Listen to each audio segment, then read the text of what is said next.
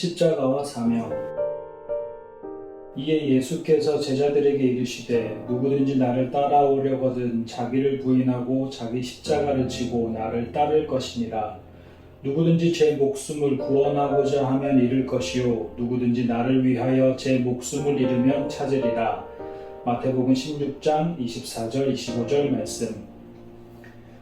예수님은 본문의 말씀 이전까지 죽음과 부활에 대해 말씀하지 않으셨지만 본문에서 처음으로 십자가, 고난, 죽음, 그리고 부활에 대해 말씀하셨습니다. 그러나 베드로는 주여 그리 마옵소서 이 일이 결코 주께 미치지 아니하리이다 라고 말합니다. 이전에 베드로가 말한 주는 그리스도시요 살아계신 하나님의 아들이라는 고백은 하나님께서 깨닫게 하신 고백이었습니다. 그러나 주여 그리 마옵소서 이 일이 결코 주께 미치지 아니하리이다 라는 말은 인간적인 생각에서 오는 고백이었습니다. 사람의 일을 생각하고 인간적인 생각으로 말하고 행동하는 것, 이것이 우리 삶 가운데 있는 유혹입니다. 옳은 것 같고 상식적인 것 같지만 그 한계는 인간적인 것입니다. 더 큰 것을 보지 못합니다. 그러기에 주님은 사탄아 내 뒤로 물러가라. 너는 나를 넘어지게 하는 자로다. 내가 하나님의 일을 생각하지 아니하고 도리어 사람의 일을 생각하는도다 라고 말씀하셨습니다. 이 말씀은 베드로가 사탄이라는 것이 아니라 사탄의 생각에 점령당했다는 것을 말합니다. 우리도 때로는 베드로처럼 사람의 일을 먼저 생각할 때가 있습니다.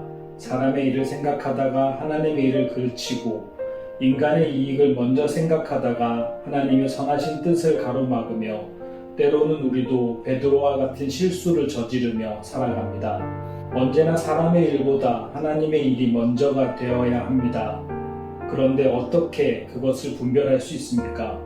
본문 24절에 누구든지 나를 따라오려거든 자기를 부인하고 자기 십자가를 지고 나를 따를 것이니라 라고 하셨습니다. 자기 부인이란 자기를 거절한다는 뜻으로 자신의 생각, 자신의 이익, 자신에 관한 것을 거절하는 것입니다. 그리고 십자가를 지고 주님을 따르는 것, 주님이 나의 주인이라는 것을 매일 고백하며 살아가는 것입니다. 25절에 누구든지 제 목숨을 구원하고자 하면 잃을 것이요 누구든지 나를 위하여 제 목숨을 잃으면 찾으리라 라고 하셨습니다. 사람은 이 땅에서 자기 목숨을 지키기 위해 살아갑니다. 때로는 목숨을 위해 배신을 하기도 하고 목숨을 위해 정의 앞에서 눈을 감기도 합니다.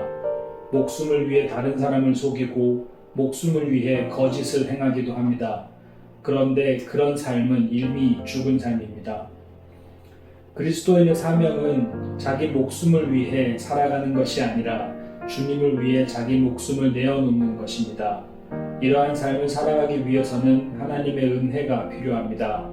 존 웨슬리 목사님이 성화에 대해 말씀하실 때 많은 사람들은 어떻게 인간이 하나님과 같이 거룩해질 수 있느냐, 인간적인 교만이다, 신성한 하나님에 대해 모독하는 것이다 라며 비판했습니다.